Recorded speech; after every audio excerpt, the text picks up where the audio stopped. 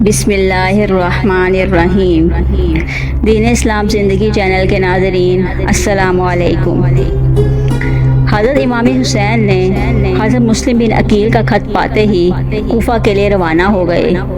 ابن زیاد پلید نے 1000 ہتھیار بند سوار دے کر حر کو بھیجا تھا تاکہ وہ حضرت امام کو ہر ممکن کوشش سے کوفہ میں ابن زیاد کے روبرو پیش کرے۔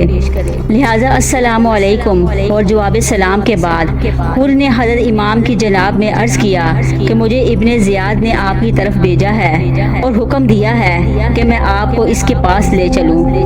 پھر حر نے یہ بھی ظاہر کیا کہ میں مجبوراً بادل ناخواستہ آیا ہوں اور مجھے آپ کی خدمت میں جرت بہت ناپسند و ناگوار ہے۔ حضرت امام پاک نے حر سے فرمایا کہ میں اس شہر کی طرف خود بخود نہیں آیا بلکہ مجھے بلانے کے لیے اہل کوفہ کے متواتر قاصد گئے اور لگاتار نامے پہنچتے رہے ہیں۔ پھر حضرت امام نے ان سب کو مخاطب کرتے ہوئے فرمایا، اے اہل کوفہ، اگر تمہیں اپنی زبانوں کا پاس ہے تو میں تمہارے شہر میں داخل ہوتا ہوں ورنہ یہیں سے واپس لوٹ جاؤں۔ حر نے قسم کھا کر کہا کہ مجھے اس بات کا کچھ علم نہیں کہ آپ کے پاس التجا نامے اور قاصد بھیجے گئے ہیں، لہٰذا نہ تو میں واپس ہو سکتا ہوں اور نہ ہی آپ کو چھوڑ سکتا ہوں۔ یہاں تک کہ حضرت امام کو کوفہ کی راہ سے ہٹ کر کربلا نزول فرمانا پڑا۔ اس دن محرم 61 ہجری کی دوسری تاریخ تھی۔ آپ نے اس مقام کا نام دریافت فرمایا تو معلوم ہوا کہ اس جگہ کو کربلا کہتے ہیں۔ ابھی اطمینان سے بیٹھنے اور تھکان دور کرنے کا بھی وقت نہ ملا تھا کہ ابن زیاد خبیث کا ایک خط پہنچ گیا جس میں اس نے حضرت امام پاک سے یزید پلید کی بیعت طلب کی ہوئی تھی۔ حضرت امام پاک نے یہ خط پڑھ کر رکھ دیا اور قاصد سے فرمایا کہ میرے پاس اس کا کچھ جواب نہیں۔ جب یہ بات ابن زیاد کے پاس پہنچی تو اس کا طیش اور بھی تیز ہو گیا۔ رسول اللہ صلی اللہ علیہ وآلہ وسلم کے اہل بیت کرام کا پانی بند کرنے اور ان کے خون کے دریا بہانے کے لیے بے حیائی سے سامنے آنے والوں میں زیادہ تعداد انہی بغیرتوں کی تھی جنہوں نے حضرت امام پاک کو سدھا درخواستیں بیچ کر بلایا تھا اور حضرت مسلم بن عقیل کے ہاتھ پر حضرت امام کی بیعت کی تھی، مگر آج ان دشمنان غیرت و حمیت کو نہ اپنے اہل بیت کا پاس تھا نہ ہی اپنی دعوت میزبانی کا لحاظ۔ دریائے فرات کا بے حساب پانی ان سیاہ باطنوں نے خاندان رسالت پر بند کر دیا۔ اہل بیت کے چھوٹے چھوٹے بچے ایک قطرہ پانی کے لیے تڑپ رہے ہیں۔ فاطمی چمن کے نونہال خشک لبے تشنا دہن ہیں۔ وہ نور کی تصویریں پیاس کی شدت سے تڑپ رہی ہیں۔ آل رسول کے بیماروں کے لیے دریا کے کنارے پر پانی میسر نہیں ہو سکتا۔ گرم ریت پر تیمم کر کے نمازیں ادا کرتے ہیں۔ بھوکے اور پیاسے 3 دن گزر چکے ہیں۔ گرمی اور پیاس سے عورتوں کا دودھ جل کر خشک ہو چکا ہے۔ حضرت امام پاک نے دیکھا کہ نہ یہ شہر میں داخل ہونے دیتے ہیں اور نہ ہی واپس جانے دیتے ہیں۔ مساحلت کی تمام صحیح صورتیں پیش کر دی گئیں لیکن یہ جفا شعار قوم صلح کی طرف مائل نہیں ہوتی اور اس جنگ کو دفع کرنے کے لیے کوئی طریقہ باقی نہیں رہا۔ لیکن یہ تشنگان خون اہل بیت کسی بھی بات پر رضامند نہیں ہوتے۔ اس وقت آپ نے اپنے خیمہ کے گرد خندق کھودنے کا حکم دیا۔ خندق کھودی گئی اور اس میں صرف ایک راہ رکھی گئی جہاں سے نکل کر دشمنوں کا مقابلہ کیا جائے۔ خندق میں آگ جلا دی گئی تاکہ اہل خیمہ دشمنوں کی اظہار احسانی سے محفوظ رہ سکیں۔ 10ویں محرم 61 ہجری کا قیامت نما دن آیا۔ جمعہ کی صبح کو حضرت امام نے اپنے تمام رفقا اہل بیت کے ساتھ اپنی عمر کی آخری نماز فجر باجماعت نہایت ذوق و خشوع کے ساتھ ادا فرمائی۔ اب جنگ کا نکارہ بج گیا۔ الحاصل اہل بیت کے نونہالوں اور ناز کے پالوں نے میدان کربلا میں حضرت امام پر اپنی جانیں اس طرح فدا کی کہ تیر سنان کی بارش میں بھی حمیت حق سے منہ نہ موڑا۔ گردنیں کٹوا کر، خون بہا کر، جانیں دے کر حق و صداقت کی حمایت کا ناقابل فراموش درس دیا۔ اب حضرت قاسم بن حضرت امام حسن میدان میں جانے کے لیے اجازت لینے کے لیے آئے۔ آپ نے فرمایا، اے نور چشم، آپ کو اجازت نہیں، تم میرے بھائی کی نشانی ہو، آپ کی زندگی درکار ہے۔ تو پھر حضرت قاسم خیمہ میں سربزانو ہو کر رونے لگے۔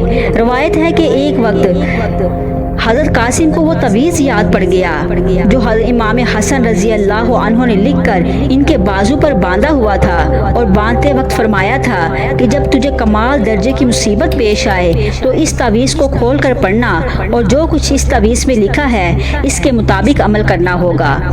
اب حضرت قاسم کے دل میں آیا کہ آج تک ہم نے ایسی مصیبت کبھی نہیں دیکھی تھی، یہ تویز کھول کر دیکھیں کہ اس میں کیا لکھا ہے۔ جب کھول کر پڑھا تو حضرت امام حسن نے اپنے دستے خاص سے یہ لکھا ہوا تھا کہ اے قاسم، میں تجھے وصیت کرتا ہوں کہ جب تم اپنے چچا حضرت امام حسین کو دشت کربلا میں موذیان بے حیا کے مقابلے میں دیکھو گے تو اپنے چچا پر اپنی جان نثار کر دینا، اگر تیری والدہ یا تیرے چچا روکے تو ہرگز نہ رکنا، امام حسین کے آگے شہید ہو جانے میں ہی عین سعادت ہے۔ حضرت قاسم نے یہ وصیت نامہ پڑھا تو مارے خوشی کے پھول گئے، اور وہ امام پاک کے آگے جا رکھا اور عرض کیا کہ حضور اسے پڑھ لیجئے۔ امام کو وصیت نامہ پڑھ کر بھائی کی شفقت و محبت یاد پڑ گئی، اور بے اختیار ہو کر دل تھام لیا اور فرمایا اے قاسم، جب مجھے بھائی کی شفقت یاد پڑتی تو تجھے دیکھ کر تسکین ہو جاتی، تو نہ جا، مگر قاسم نہ مانتے تھے۔ آخر دیدائے نم پرنم ہو کر میدان میں جانے کی اجازت دے دی۔ اب حضرت قاسم ابن سعد کے لشکر کے روبرو آئے اور بے شمار اشقیا کو کاٹ کر ڈھیر کر دیا، اور مارے روب کے کوئی مقابلے میں نہیں آتا تھا۔ روایت ہے کہ ابن سعد کے لشکری آپ کے بہادری سے لرزا تھے، اب کوئی آپ کے سامنے نہیں آتا تھا۔ اور پھر ابن سعد نے ارزق شامی سپہ سالار کو، جسے یزید کی طرف سے 10,000 دینار سالانہ ملتے تھے، بلایا اور کہا کہ کوئی جوان اس کے سامنے نہیں جاتا، لہذا تو 1000 سوار لے کر جا اور اس کا سر اتار لا۔ ارزق نے کہا اے ابن سعد، تجھے شرم نہیں آتی کہ مجھے ایک لڑکے کے ساتھ لڑنے کو بیچتا ہے؟ ابن سعد نے کہا ارزق، تو اس کی نازک بدنی پر مت جا، یہ شیر دل علی المرتضیٰ کی اولاد ہے، یہ امام حسن مجتبیٰ کا فرزند ہے، تو اس کو پہچانتا نہیں؟ واللہ اگر یہ بھوکے پیاسے نہ ہوتے تو جدھر رخ کرتے فیل سواروں کے سر کاٹ کر ہوا سے باتیں کرتے اور ایک ہی چال میں ہمارا سارا کھیل مات کر دیتے۔ ارزق نے کہا اگر تو میرا بدن مکراس سے پرزے کر ڈالے تب بھی لڑکے سے لڑنے کو نہ جاؤں گا، مگر چونکہ تو نے بڑے مبالغے کی بات کی ہے اس لیے اپنے چاروں بیٹوں میں سے جو کہ عرب میں لاسانی ہیں کسی ایک کو میدان میں بیچتا ہوں، اور وہ بھی ایک ہی وار میں اس کا سر کاٹ کر لے آئے گا۔ آخر ارزق کا بڑا بیٹا صبا رفتار پر سوار ہو کر شمشیر زہر آلود ہاتھ میں لے کر بادل کی طرح گرجتا ہوا میدان میں آیا۔ حضرت قاسم نے اس سے ذرہ بھر بھی خوف نہ کھایا، اس کا وار بچا کر گھوڑے کو چمکا کر ایسا خنجر خون خوار چلایا کہ وہ شیطان زخمی ہو کر زمین پر گر گیا۔ آپ نے پھرتی کے ساتھ اس کی تلوار چھین لی اور اس کے سر کے بال پکڑ کر ایسا گھوڑا دوڑایا، گھسیٹتے گھسیٹتے اس کی جان نکل گئی۔ پھر اس کی لاش کو گھوڑے کی ٹاپوں سے رون ڈالا اور لشکر ابن سعد کو دکھا دکھا کر اپنا ارمان دل نکالا۔ پھر ارزق کا دوسرا بیٹا آیا، آپ نے اس کے پہلو میں ایسا نیزہ مارا کہ پار ہو گیا، ایک ہی وار میں وہ پلید راہی ملک عدم میں ہو گیا۔ پھر ارزق کا تیسرا بیٹا آیا، آپ نے اس کے پیٹ میں ایسا نیزہ لگایا کہ اس کی پیٹھ سے پار ہو گیا۔ اسی مرتا دیکھ کر ارزق اپنا کلیجہ چٹکیوں سے ملنے لگا۔ آخر اس کے چوتھے بیٹے نے بھائیوں کا برا حال اور باپ کو پرملال دیکھ کر حضرت قاسم کے مقابلے کو گھوڑا دوڑایا۔ آپ نے وہی تیگ زہر آلود اس پر ایسی چلائی کہ اس کا دانا بازو اور سینہ کٹ گیا، باغ کی لشکر میں پہنچا، فوراً ہی ہلاک ہوا۔ اس کے بعد ارزق اپنے چاروں بیٹوں کے غم میں کباب بنا ہو کر غصے سے سر دبلاتا ہوا میدان میں نکلا اور نہایت تیش میں آ کر حضرت قاسم کے گھوڑے پر نیزے کا وار کیا۔ گھوڑا گر پڑا، آپ پیادے ہو گئے، مگر قتل ارزق کے لیے پکا آمادے تھے۔ آپ نے للکارا ارزق ہوشیار ہو، میرا وار آتا ہے۔ پھرتی کے ساتھ وہی تلوار زہر آلود ایسی چلائی کہ کھیرے کی طرح گردن کٹ کر زمین پر گر گئی۔ حضرت کی دلاوری دیکھ کر ابن سعد کے لشکر میں کھلبلی پڑ گئی، دلاوران شام کے دل لرزنے لگے۔ اب حضرت قاسم ارزق کے گھوڑے پر سوار ہو کر حضرت امام کی خدمت میں آئے اور آداب قدم بوسی ادا کر کے عرض کیا حضور اگر ایک گھونٹ پانی مل جائے تو امید کرتا ہوں کہ اس لشکر شیطانی کو عدم کے گات اتار دوں گا۔ امام پاک نے فرمایا بیٹا قاسم اب شہادت کا وقت قریب آ گیا ہے، بھائی صاحب آپ کے انتظار میں ہیں اور نانا جان آپ کے لیے آب کوثر لیے کھڑے ہیں۔ آپ دوبارہ میدان کو روانہ ہوئے، جو سامنے آتا گیا ایک ایک وار میں ان کا کام تمام کر دیا، حتیٰ کہ پھر آپ نے 50 سواروں کو اور 30 پیادوں یعنی 80 اشقیاء کو ہلاک کیا۔ اب دلاوروں کے دلوں میں خنجر روب گڑ گیا۔ ابن سعد نے جب یہ حالت دیکھی تو لشکریوں کو للکارا تو ہر طرف سے یزیدی لشکر امام حسن کے چاند پر سیاہ بادل کی طرح گر آیا اور دور سے نابکاروں نے تیر برسانے شروع کیے۔ آپ کا گھوڑا زخموں سے چور ہو کر زمین پر گر گیا۔ پھر شیس بن عمر ملعون نے آپ کے سینے مبارک پر ایسا تیر مارا کہ پشت سے پار ہو گیا۔ اس کے بعد آپ نے متواتر 27 زخم کھائے۔ پھر آپ نے آواز دی یا عماہ ادرکنی، چچا جان مجھے لے لیجئے۔ یہ آواز سن کر حضرت امام آئے اور اٹھ کر خیمے میں لے گئے اور سر مبارک اپنے زانوء اقدس پر رکھ کر اپنے دامن سے چہرہ گرد و غبار سے صاف کرنے لگے۔ اتنے میں حضرت قاسم نے آنکھ کھول کر امام زمان کو اور اپنے مادر مہربان کو دیکھ کر تبسم فرمایا اور داعی اجل کو جواب لبیک دیا۔ انا للہ و انا الیہ راجعون۔ جب حضرت امام کے سب بھائی شہادت پا چکے تو اب حضرت عباس رضی اللہ تعالیٰ عنہ جنگ کی اجازت مانگی۔ امام پاک نے فرمایا آپ میرے لشکر کے علمبردار ہیں اور میرے قوت بازو اور رفیق خاص ہیں، اس لیے دل نہیں چاہتا کہ آپ کو جانے کی اجازت دی جائے۔ حضرت عباس نے عرض کیا کہ حضور خیمے کے اندر بچے مارے پیاس کے تڑپ رہے ہیں، مجھ سے یہ دیکھا نہیں جاتا، اگر جناب اجازت دیں تو پانی کے لیے اشقیاء سے تمام حجت کر لوں۔ غرض آپ نے حضرت امام سے رخصت لے کر مشک اٹھائی اور گھوڑے پر سوار ہو کر میدان میں آئے اور اشقیاء کی طرف رخ کر کے تمام حجت کے لیے فرمایا کہ اے یزید کے لشکریوں، تم نے نور چشم مصطفیٰ اور لخت جگر مرتضیٰ کے برادانے اور خویش کے بھوکے پیاسے شہید کر چکے ہو، اب ہی آنکھیں کھولو، خدائے رسول کو پہچانو۔ خاندان نبوت کے ننھے ننھے بچے اور عورتیں خیمے کے اندر مارے پیاس کے دم توڑ رہے ہیں، بچوں کو پلانے کے لیے تھوڑا سا پانی دے دو۔ حضرت عباس کا کلام سن کر یزیدی لشکر میں سے کئی زاروں کے تار رونے لگے، لیکن شمر اور شیس اور ہجران تینوں بدبختوں نے سامنے آ کر جواب دیا کہ اے عباس اگر اس وقت دریائے فرات ابھر آئے اور تمام روئے زمین پر پھیل جائے تب بھی ہم حقتر مقدور آپ کے خیمے میں ایک قطرہ پانی پہنچنے نہ دیں گے جب تک یزید کے ہاتھ پر بیعت نہ کر لو، پانی نہیں ملے گا۔ حضرت عباس ان کی سنگ دلی اور بے دینی دیکھ کر گرم ہو گئے اور گھوڑے کا رخ فرات کی طرف موڑا۔ اشقیاء نے ہر چند روکنا چاہا لیکن آپ تلوار دھواں دار چلاتے اشقیاء کو کاٹتے ہوئے بجلی کی طرح فرات پر پہنچ گئے۔ وہاں پر 4000 مسلح افسوار فرات کنارے پر اجمائے کھڑے ہوئے تھے، وہ پانی لینے سے روکنے کے لیے ہر طرف سے گر آئے۔